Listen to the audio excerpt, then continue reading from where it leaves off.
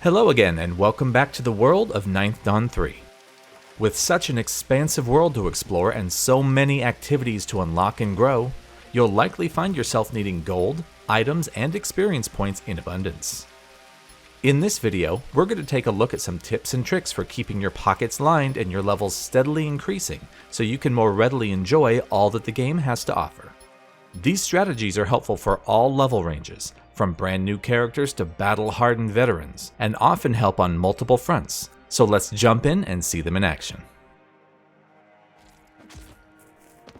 As any player leveling crafting skills or taming creatures can tell you, there's a considerable amount of resources needed to raise these skills to higher levels.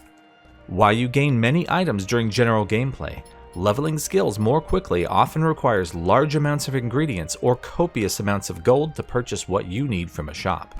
Thankfully, destructible objects are filled with both, and restock whenever you enter or exit a dungeon.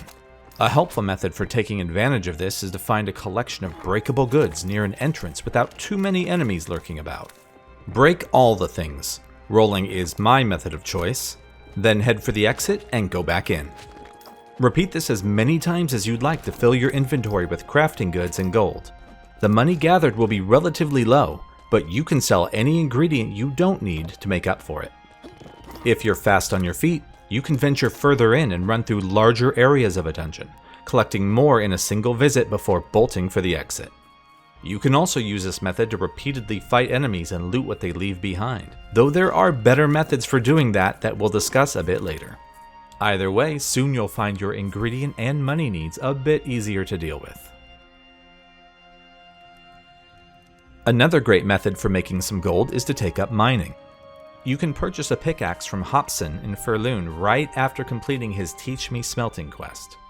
Even if you don't want to take up smelting as a craft, it's highly recommended that you complete the quest and get a pickaxe, as in addition to collecting ore and items needed for some other crafting activities, this is a fantastic way to gather materials to sell as you explore the world. With the pickaxe equipped, all you need to do is look for these gray rocks. Walk up to them, aim, and start bashing. You'll mine ore and other materials at a fair clip, and soon you'll have a pack full of items to craft or sell for a nice profit.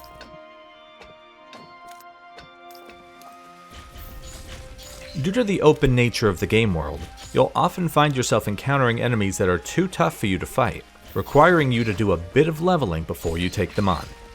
This is especially true for those that love to explore and dip their toes into dangerous waters instead of fully completing dungeons as they go. To help with leveling, there are a few things you can do to grind out experience even when the odds are stacked against you. First, as counterintuitive to leveling as this sounds, don't be afraid to run.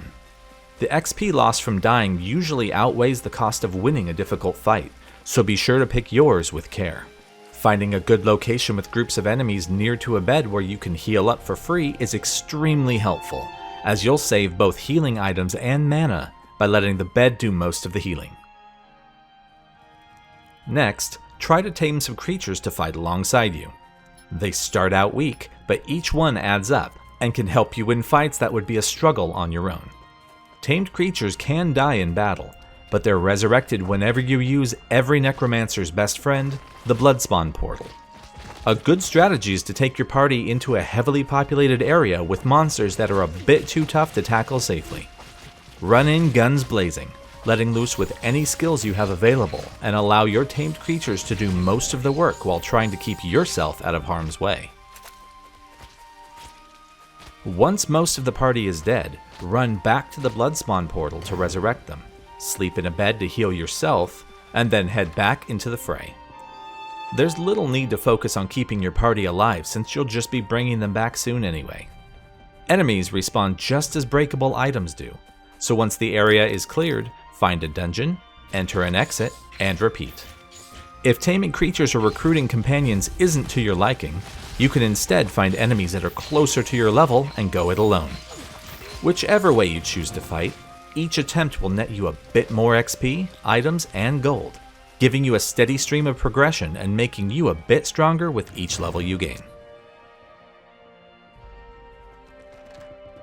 We hope these strategies help you in your journey through the game's vast and dangerous world. With so many activities to learn and grow, there's an ever-present demand on your resources. But hopefully keeping these tips in mind will allow you to stay ahead of that curve and leave your packs and banks full. As always, stay safe out there, keep a wary eye out for killer moths, and we'll see you in game.